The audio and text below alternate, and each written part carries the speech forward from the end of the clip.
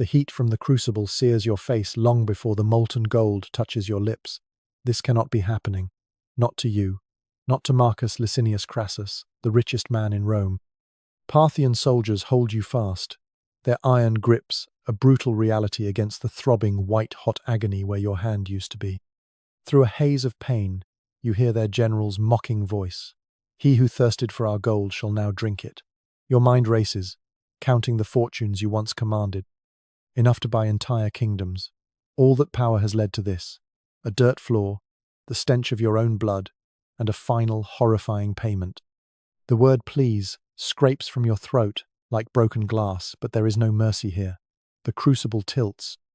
You close your eyes and prepare to taste liquid fire, a truly fitting end for a man consumed by his own greed. The richest man in Rome, brought to this. To understand how Marcus Licinius Crassus, a titan of his age, fell so far so fast to meet such a uniquely symbolic and agonizing end, we have to go back and unravel the chain of disasters that led him here. The offer sounded like salvation, a negotiated Roman withdrawal. But for Marcus Crassus, his army shattered and his spirit broken, it was the final lure into the abyss. The offer sounded like salvation, a negotiated Roman withdrawal. But for Marcus Crassus, his army shattered and his spirit broken, it was the final lure into the abyss. The messenger arrived at dawn, his Parthian robes pristine despite the desert's harshness. He spoke perfect Latin, his words measured and diplomatic. General Surena, he announced, wished to negotiate terms. A peaceful withdrawal. No more bloodshed. The war could end here. Crassus sat in his command tent, staring at maps that no longer meant anything. Around him, the sounds of a broken army filtered through the canvas walls. Men weeping for lost comrades, the groans of the wounded, the whispered prayers to gods who seemed to have abandoned them. His force of 42,000 had been reduced to barely 10,000 survivors, and even they looked at him with eyes full of accusation and despair. "It's a trap," his lieutenant Octavius said, his voice hollow. "Surena doesn't negotiate, he destroys." But here's the thing about desperate men.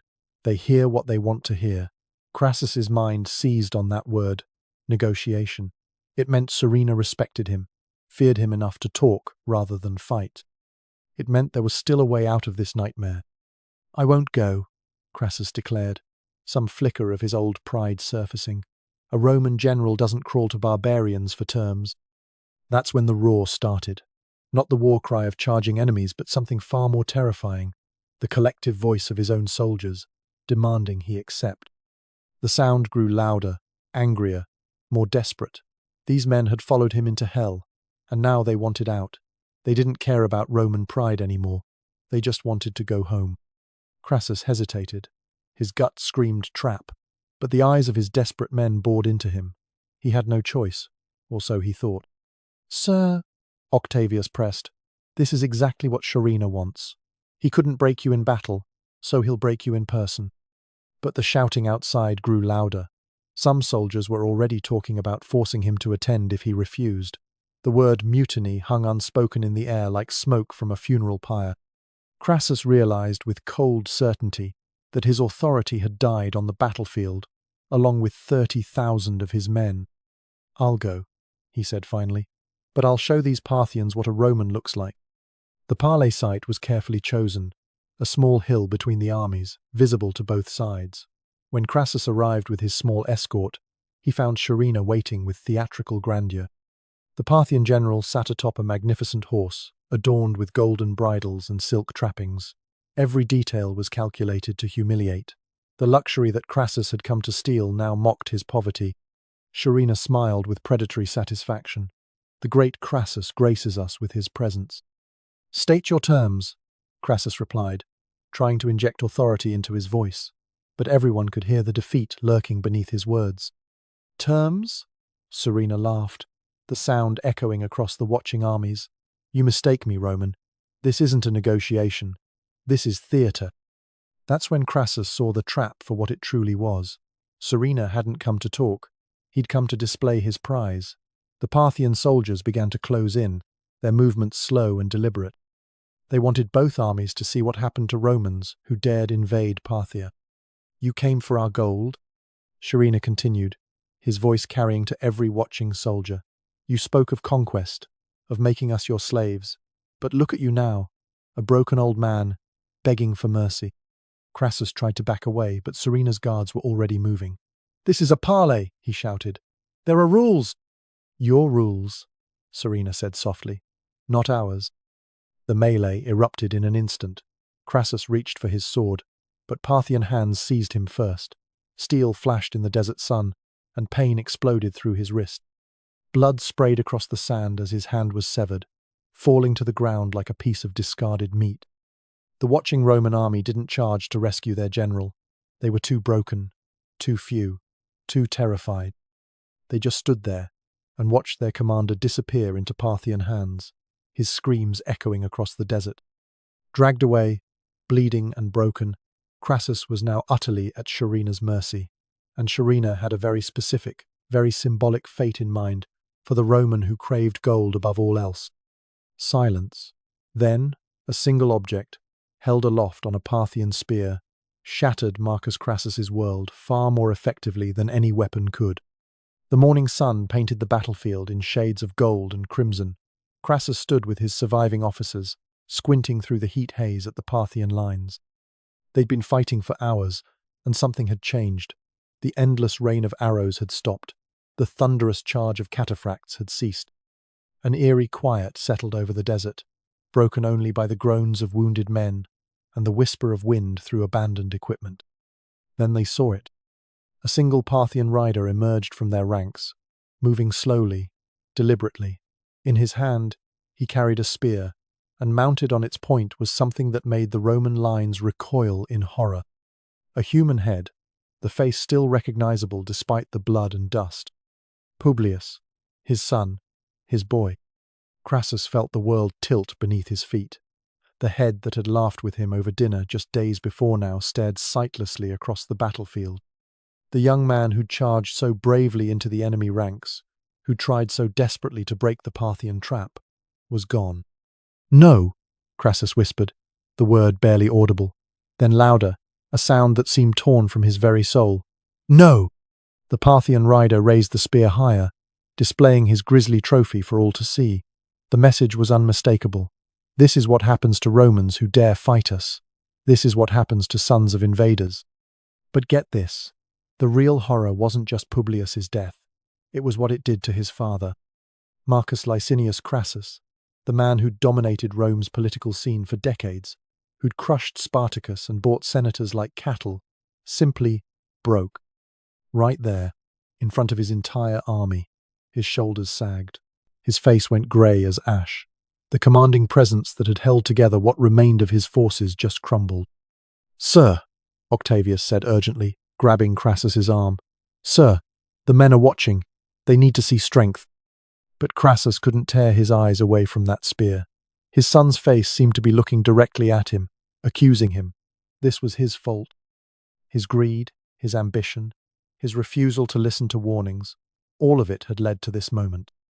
The proud Roman legions, the conquerors of the known world, were now a terrified mob, and the night was just beginning. Word spread through the ranks like wildfire. Young Crassus was dead. The general's son, their best hope for breaking out of this trap, had been butchered by the Parthians. Soldiers began to weep openly. Others threw down their weapons. The careful discipline that had built an empire started to dissolve like salt in water. "We have to retreat," someone shouted. "We have to get out of here." "Retreat where?" Another voice responded. "We're surrounded." Crassus heard the voices, as if from a great distance. Everything felt unreal, dreamlike. This couldn't be happening. Publius couldn't be dead. Not his brilliant, brave son who'd joined this campaign to prove himself worthy of the family name. As darkness fell, the situation became a nightmare. The retreat wasn't organized.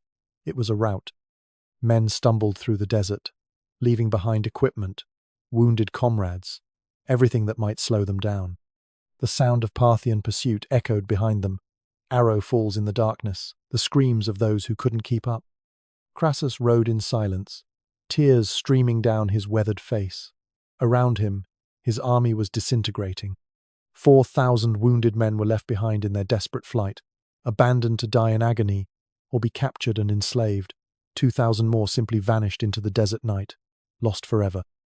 The once mighty force that had crossed the Euphrates with such confidence was reduced to barely 10,000 survivors, and even they looked at their general with something approaching hatred. This was his fault.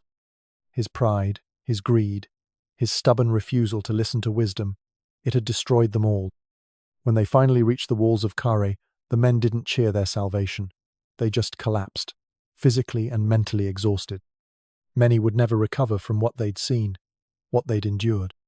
Crassus dismounted slowly, moving like an old man, which, he realized with bitter clarity, was exactly what he'd become. The sight of his son's fate didn't just break his spirit, it shattered his soul. Holed up in Carrhae, a fraction of his once mighty force remaining, Crassus wasn't just a defeated general.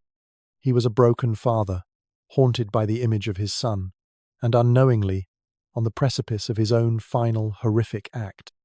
Young Publius Crassus saw one chance, one desperate gamble to break the Parthian stranglehold. "Follow me!" he roared, charging into legend and into tragedy. The sun beat down mercilessly on the Roman square. For hours they'd endured the Parthian storm, wave after wave of arrows that darkened the sky like clouds of locusts. The famous Roman shields, those rectangular walls of wood and iron that had conquered the world, were bristling with enemy shafts. Men crouched behind them, praying to gods who seemed deaf to their pleas. Publius Crassus paced along the lines like a caged lion. At 25, he had all the fire and ambition of youth, coupled with genuine military talent inherited from his father. He'd served under Julius Caesar in Gaul, proving himself in battles against Germanic tribes and Celtic warriors. But this was different. This was a nightmare. "Father," he called to Marcus Crassus, who stood grim-faced in the center of the formation. "We can't just stand here and die. We have to break their line." The older Crassus looked at his son with a mixture of pride and terror. Publius was everything he'd hoped for in an heir: brave, intelligent, charismatic. The kind of man who could restore the family's military reputation. But right now, that bravery was about to get him killed. "It's suicide," Octavius muttered. "Those cataphracts will crush any charge." But here's the thing about desperate situations. They make heroes or corpses, and sometimes both. Publius studied the Parthian formations with tactical precision. The horse archers were maintaining distance, peppering the Romans with arrows. Behind them, the heavy cataphracts waited like steel-clad thunderstorms. But there, right there, was a gap, a brief opening between units. "I can see a way through," Publius announced, his voice carrying over the sounds of battle. "Give me the Gallic cavalry and some of Caesar's Germanic volunteers. We punch through their line, scatter the archers, and give the legions room to maneuver." For a glorious moment, it looked like Publius might actually do it. But Surena was a master of this deadly game, and the trap was closing. The charge began magnificently. Publius led from the front, his horse thundering across the sand, his sputher gleaming in the desert sun. Behind him, 1,000 of Rome's finest cavalry followed, their war cries echoing across the battlefield. The Gallic warriors whooped with battle joy, their long hair streaming behind them. The Germanic volunteers sang their death songs, ready to feast with the gods. The initial impact was devastating. Publius's cavalry smashed into the Parthian line like a hammer blow, scattering horse archers and cutting down surprised enemies. For a precious few minutes, it seemed like the young Roman had broken the trap. His father watched from the main formation, his heart soaring with pride and terror. "He's done it!" someone shouted. "By Mars, he's actually done it!" But Surena had been fighting this kind of warfare his entire life. He let Publius's charge penetrate his lines, then closed the gap behind them like a noose. The retreating Parthians weren't broken. They were leading the Romans deeper into a killing ground. That's when the real horror began. The Parthian cataphracts charged from 3 sides simultaneously. These weren't just heavily armored horsemen, they were human siege engines, each rider and horse encased in scales of steel and bronze. The ground shook under their hooves like an earthquake. Their lances were longer than anything the Romans had faced, designed to punch through armor and flesh with equal ease. Publius's cavalry found themselves isolated, surrounded, and outnumbered 10-1. The young commander realized his mistake too late. This wasn't a breakthrough. It was a slaughter pen. "Form square!" Publius bellowed. trying to rally his men. Back to back. Make them pay for every life. The clash of military doctrines had become a clash of desperation. Roman discipline and Celtic fury against Parthian mobility and Eastern cunning. Steel rang against steel. Men screamed in agony and rage. Horses went down in thrashing heaps of broken bone and spurting blood. Publius fought like a demon, his sword never still, cutting down enemy after enemy. The Germanic volunteers formed a protective ring around him, their massive shields deflecting arrows and lance thrusts. The Gallic cavalry charged again and again, selling their lives dearly. But it wasn't enough. It was never going to be enough. One by one, the Romans fell. The protective ring grew smaller and smaller until only Publius remained, surrounded by the bodies of men who died trying to save him. Publius fought like a lion, but it wasn't enough. As his son fell, something inside Marcus Crassus died too. But the Parthians weren't finished with the Crassus family, not by a long shot. General Surena smiled. The Romans were marching exactly where he wanted them, deeper and deeper, into a sun-scorched hell of his own design. 3 days into the Mesopotamian desert, Crassus was beginning to feel like a conqueror again. The Parthians had been giving ground steadily, their forces melting away before the Roman advance like morning mist. Every skirmish ended in Parthian retreat. Every engagement saw enemy horsemen fleeing toward the horizon. It was exactly what Crassus had hoped for when he'd planned this campaign. "They're afraid of us," he declared to his officers, as they studied maps in his command tent. All those stories about Parthian invincibility, just Eastern propaganda. Octavius frowned at the reports coming in from the scouts. Something felt wrong, but he couldn't put his finger on it. "Sir, the men are suffering badly in this heat. Water supplies are running lower than expected." "The desert makes soldiers of men and legends of soldiers," Crassus replied dismissively. "Caesar's legions endured worse in Germania." But here's what Crassus didn't understand, and what would ultimately destroy him, was that he wasn't fighting Caesar's enemies. The Germanic tribes attacked in furious charges, all passion and fury. The Parthians fought like chess masters, thinking 20 moves ahead. Each victory was just another step into Surena's web. The Roman eagle was flying blind right towards the spider. The Parthian general watched the Roman advance from a distant hilltop, his expression unreadable. Surena had studied Roman tactics for years, understanding their strengths and weaknesses better than most Romans did themselves. He knew they excelled at close-quarters combat, at turning battles into grinding matches of endurance and discipline, so he was going to give them neither. "Let them come deeper," he told his lieutenants. "Every mile they march takes them further from water, further from supply lines, further from escape." The Romans were walking into a meticulously laid trap, and they were doing it with smiles on their faces. The desert itself became Surena's greatest ally. The brutal heat drained Roman strength hour by hour. Legionaries who'd marched across half the known world found themselves struggling to maintain formation in the shifting sand. Their heavy armor, so effective against Celtic spears and Germanic axes, became furnaces under the merciless sun. Water became more precious than gold. The supply trains, stretched thin across hostile territory, came under constant harassment from Parthian raiders. Wagons disappeared in the night. Wells were poisoned or filled with sand. Every drop the Romans drank had to be earned with blood. Meanwhile, the Parthians seemed to dance across the desert like spirits. Their horses were bred for this environment, their riders born to it. They struck without warning and vanished before retaliation could come. They knew every oasis, every hidden spring, every cave where a man could shelter from the sun.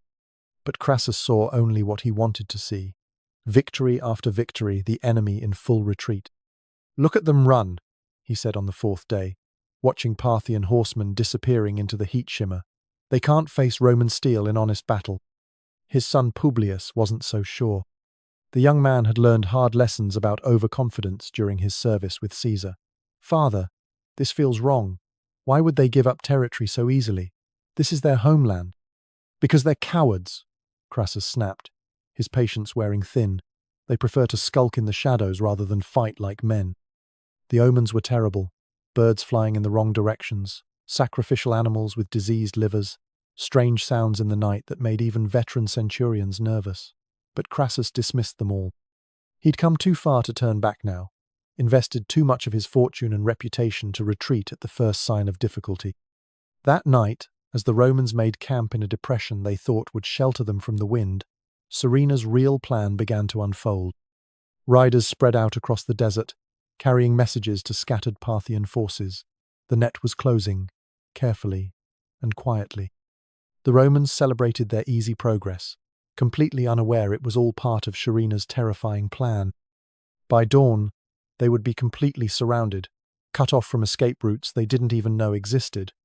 The heat that had weakened them would become a weapon in enemy hands.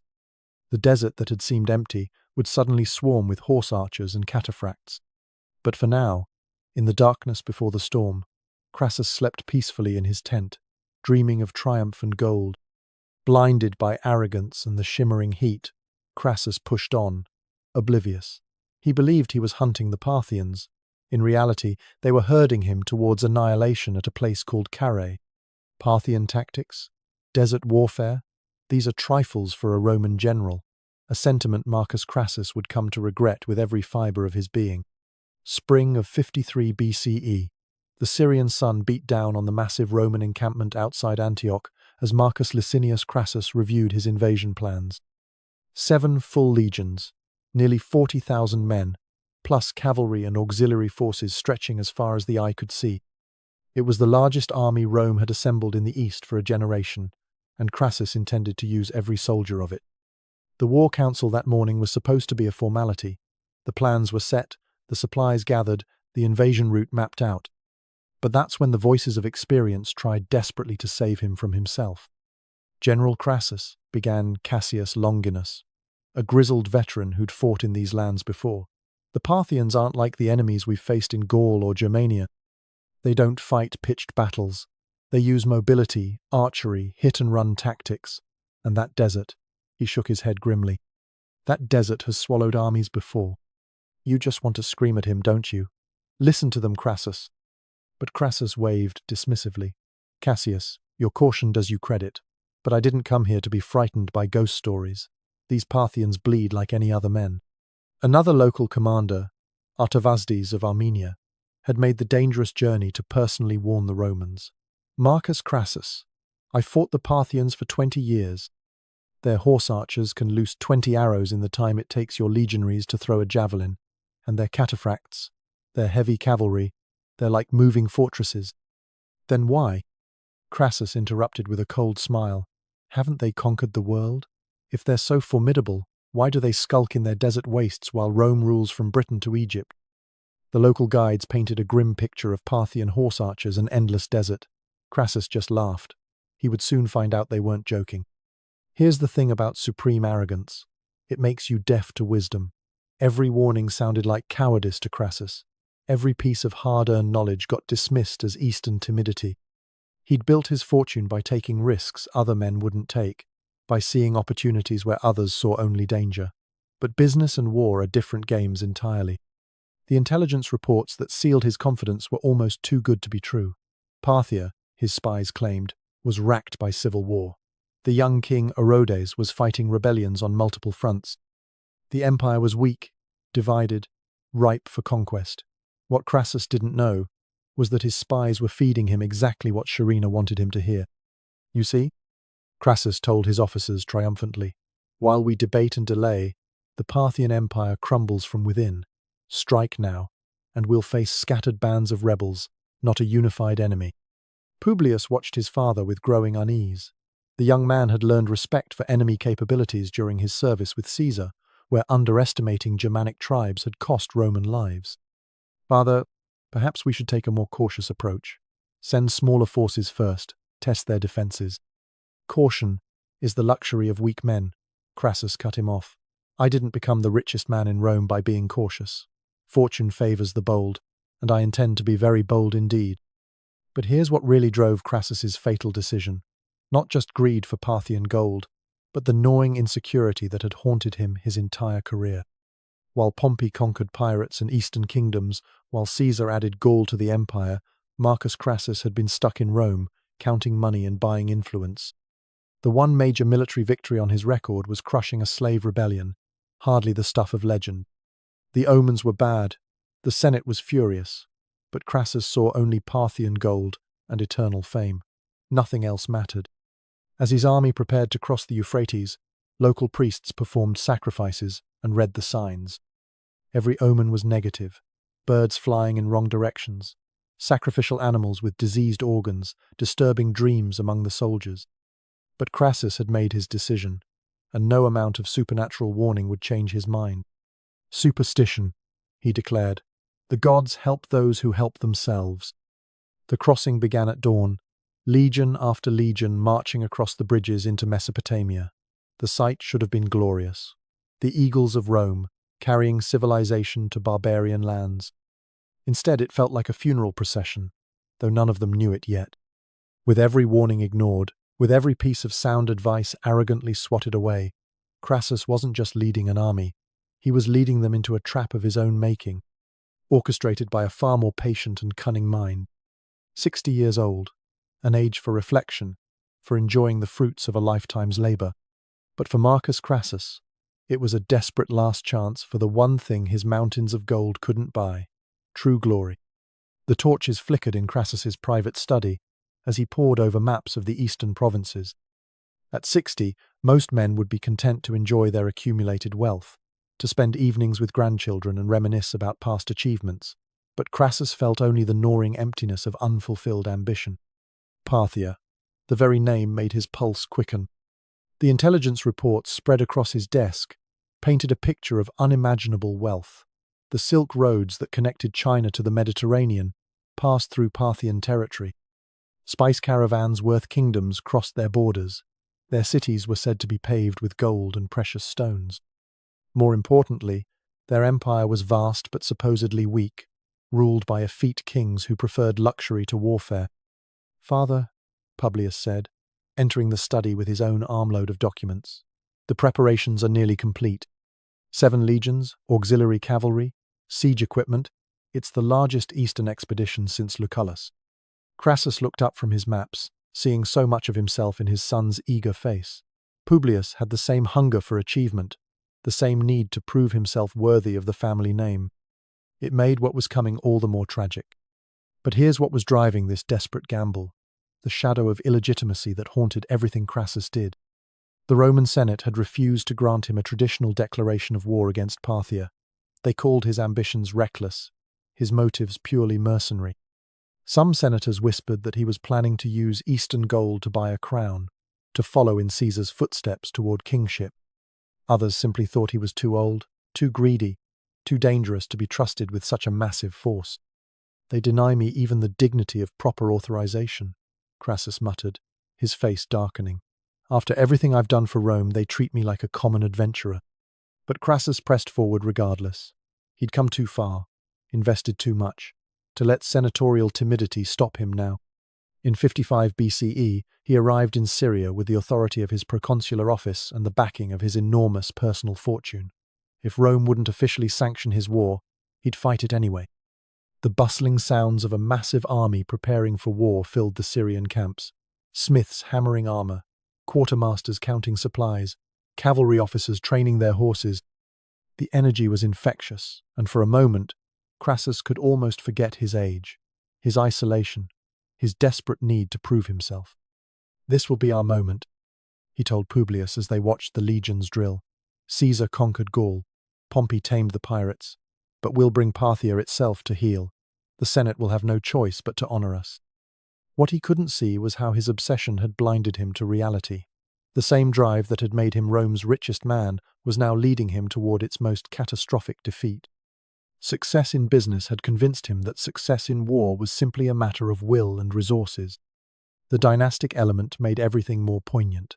This wasn't just Crassus seeking glory for himself. It was a father trying to secure his family's legacy. Publius would serve as his second in command, learning the arts of war and conquest that would make him a worthy heir to the Crassus name. "We'll show them what the Crassus family can achieve when we set our minds to it," the old general declared, watching his son reviewing cavalry formations. "When we return, they'll build statues of us both." But there were warning signs everywhere for those with eyes to see them. The locals were nervous, whispering about Parthian armies and desert warfare. Veteran centurions who'd fought in the East before spoke quietly among themselves about the difficulties ahead. Even the weather seemed ominous. Sudden sandstorms, oppressive heat, omens that made superstitious soldiers uneasy. Crassus dismissed it all.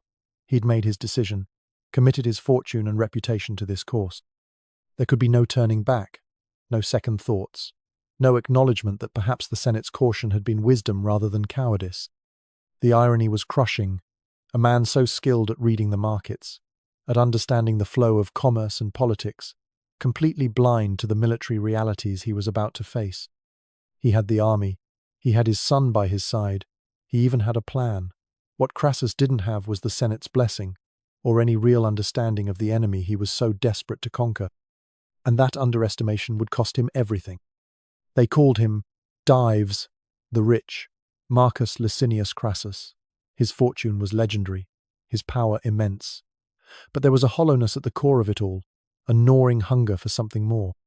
In the marble halls of his palatial villa, surrounded by Greek statues worth more than most men would see in 10 lifetimes, Marcus Licinius Crassus felt profoundly empty.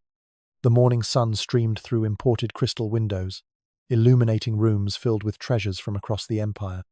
Silver from Spain, pearls from Britain, silk from distant China, all of it his, all of it meaningless.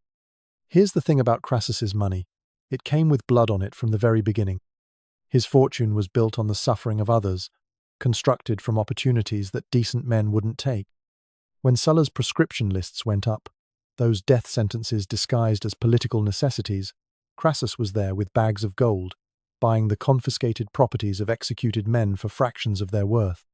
When fires swept through Rome's overcrowded neighborhoods, Crassus arrived with his private fire brigade, but he wouldn't fight the flames until the desperate owners sold their burning buildings to him at rock-bottom prices. Then there were the slaves. Thousands upon thousands of human beings worked in his silver mines, died in his quarries, labored in his workshops. The rebellion of Spartacus had been as much about Crassus's cruelty as about freedom itself. He'd crushed that uprising with characteristic ruthlessness, crucifying 6,000 rebels along the Appian Way as a warning to any who might challenge Roman authority. But all that gold couldn't buy him what Caesar and Pompey had in abundance: respect as a warrior. The morning brought the usual parade of clients and supplicants to his door: senators who needed loans, merchants seeking contracts, provincial governors reporting on distant investments. They bowed and scraped, called him patron and benefactor, but Crassus could see the calculation in their eyes. They respected his wealth, feared his power, but they didn't honor the man himself. That became crystal clear during the meetings of the First Triumvirate, that secret alliance between Rome's 3 most powerful men. When Pompey spoke, senators listened to the voice of Rome's greatest military hero. When Caesar offered opinions, they heard the wisdom of a proven conqueror. But when Crassus contributed to discussions, he could sense the unspoken dismissal, the banker among warriors. He could buy armies, senators, even entire cities. But the respect of a warrior, that he had to earn, or so he believed. The contrast was most painful during public ceremonies. When Pompey celebrated his triumphs, the crowds roared themselves hoarse, cheering their hero. When Caesar returned from Gaul, the entire city turned out to honor the conqueror of the barbarians. But Crassus's triumph over Spartacus had been met with polite applause and whispered criticisms. He defeated slaves, they said. Any competent general could have done the same. The psychological wound cut deep. Every dinner party, every Senate meeting, every public gathering reminded him of what he lacked. Pompey would regale listeners with tales of eastern conquests and pirate fleets destroyed. Caesar spoke of Gallic chieftains and Germanic tribes brought to heel. And Crassus? He could only discuss profit margins and investment strategies. Money isn't everything, his wife had said one evening, finding him staring moodily at his account books. You have more wealth than any Roman in history. Isn't that enough? But it wasn't. It was never going to be enough, because wealth without honor was just elaborate poverty, and Crassus knew it with every fiber of his being. The final insult came during a Senate debate about Eastern policy.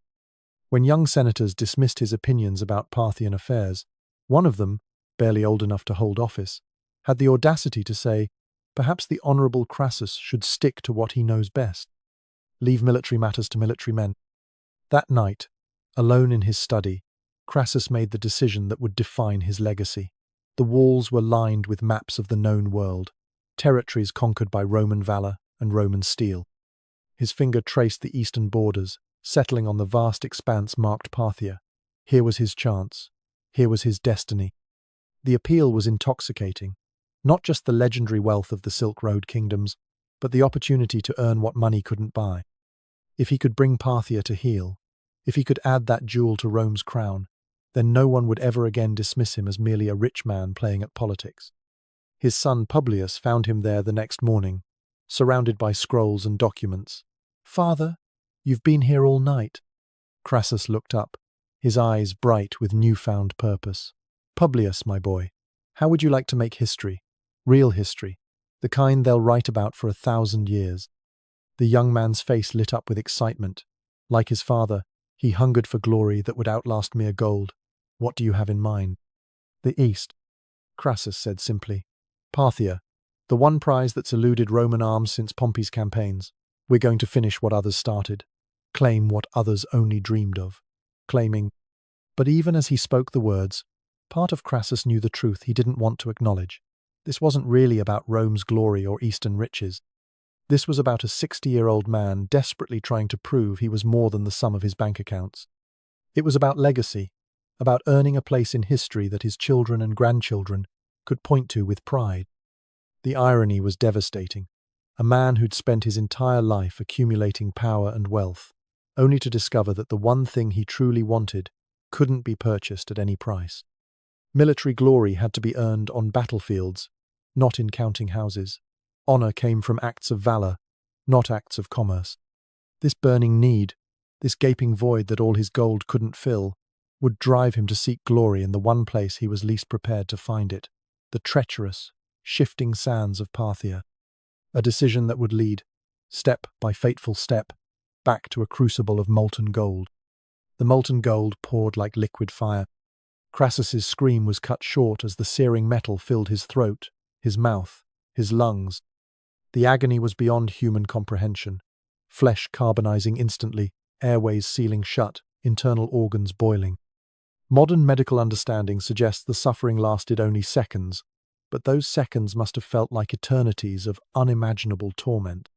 Surena watched with grim satisfaction as the richest man in Rome died, choking on the very substance he'd craved above all else.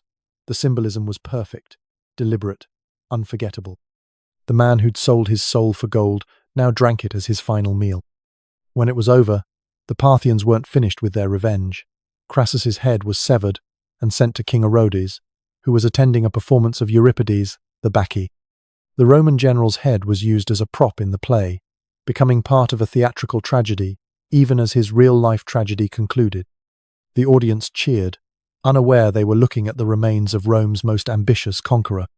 But the death of Marcus Licinius Crassus meant more than just personal tragedy. It shattered something fundamental about Roman power.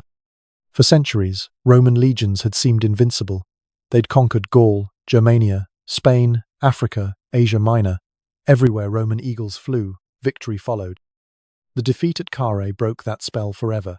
An entire Roman army, 40,000 men, had been destroyed by an enemy Rome barely understood.